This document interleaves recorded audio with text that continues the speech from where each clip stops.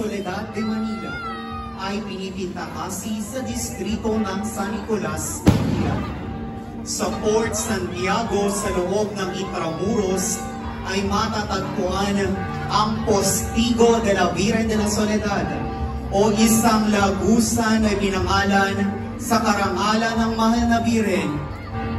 At tinutumbok ng lagusan na ito ang isang payat na pamayanan sa distrito ng San Nicolas sa Maynila.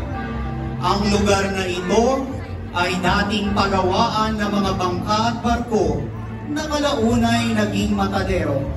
Ayon sa mga salaysay ng mga nakatatanda sa pamayanan na itatagang kapilya bago pa ang taong 1884 at naitayo dito ayon sa ukit ng Kampana noong taong 1887.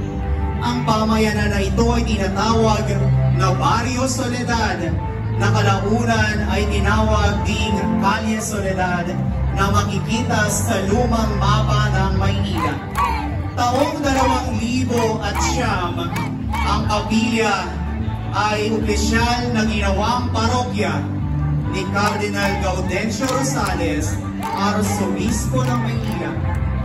Noong taong 2017, sa petisyon ng mga deboto, ay ginawaran ang kanyang kabunian, Antonio Cardinal Tagle, Luis Antonio Cardinal Tagle, Arsobispo ng Maynila, ang imahe ng mga Virgen